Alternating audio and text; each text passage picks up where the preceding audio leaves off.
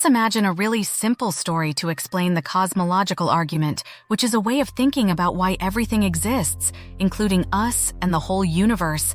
Imagine you see a line of dominoes falling down. Each domino falls because the one before it hits it.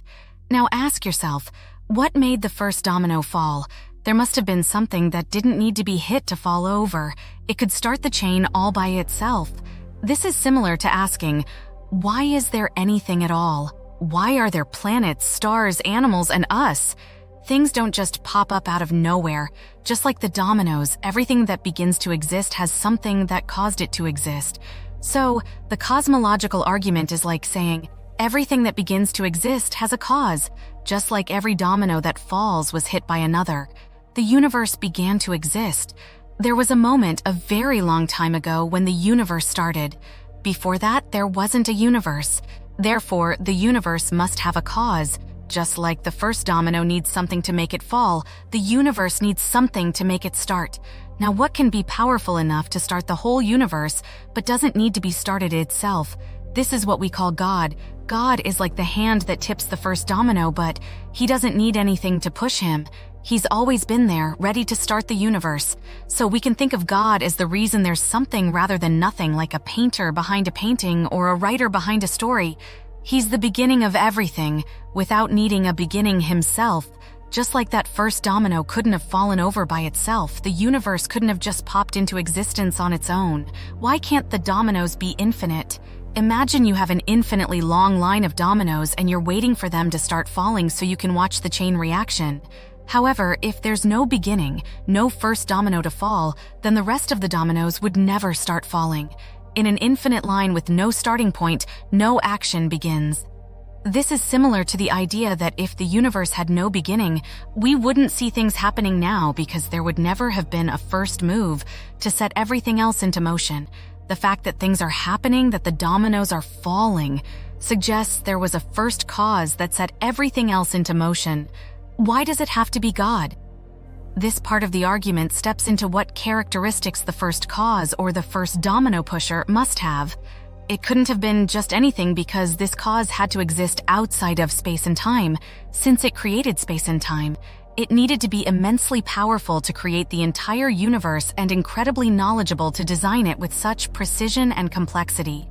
These characteristics, being eternal, outside of time, immensely powerful, and incredibly knowledgeable, are attributes we associate with the concept of God in many religious traditions. Is God just the first pusher? If the universe requires a cause, then the first cause must be outside the universe, transcendent, not bound by time, eternal, and incredibly powerful to create everything from nothing. These attributes logically point to a cause that is vastly different from anything within the universe and align with many religious understandings of God. The leap from a first cause to an involved creator comes from considering what kind of cause could bring about not just the physical aspects of the universe, but also its laws, order, and the potential for life.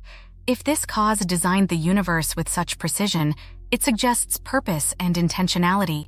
Since God is the necessary being upon which the universe's existence depends, it follows that the universe continues to exist and operate within the parameters set by its creator.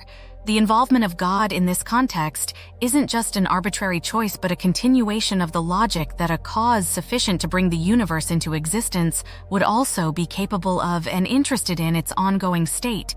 Beyond the initial cosmological argument, philosophical and theological explorations contribute to understanding God's nature as not only the creator, but also as a sustainer. For instance, classical theology often discusses God's attributes, such as omnipotence, omniscience, and benevolence, which are compatible with the idea of an involved deity. When we say God started the universe, it doesn't mean he just lit a match and walked away. In Christian belief, God is deeply involved with his creation.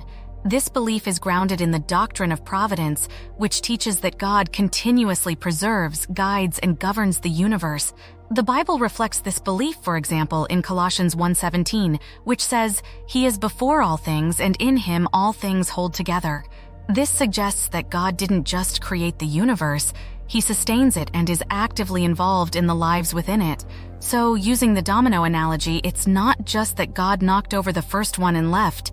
He's also there to ensure that each domino falls as it should, guiding the direction of each piece and the outcome of their falling, reflecting a continuous, sustaining relationship with the universe, not just a one-time act. The cosmological argument is only one out of the many arguments that philosophers have posited for God's existence over thousands of years. To learn more theological, make sure to subscribe, ring the notification bell, and share the video. Thank you for watching.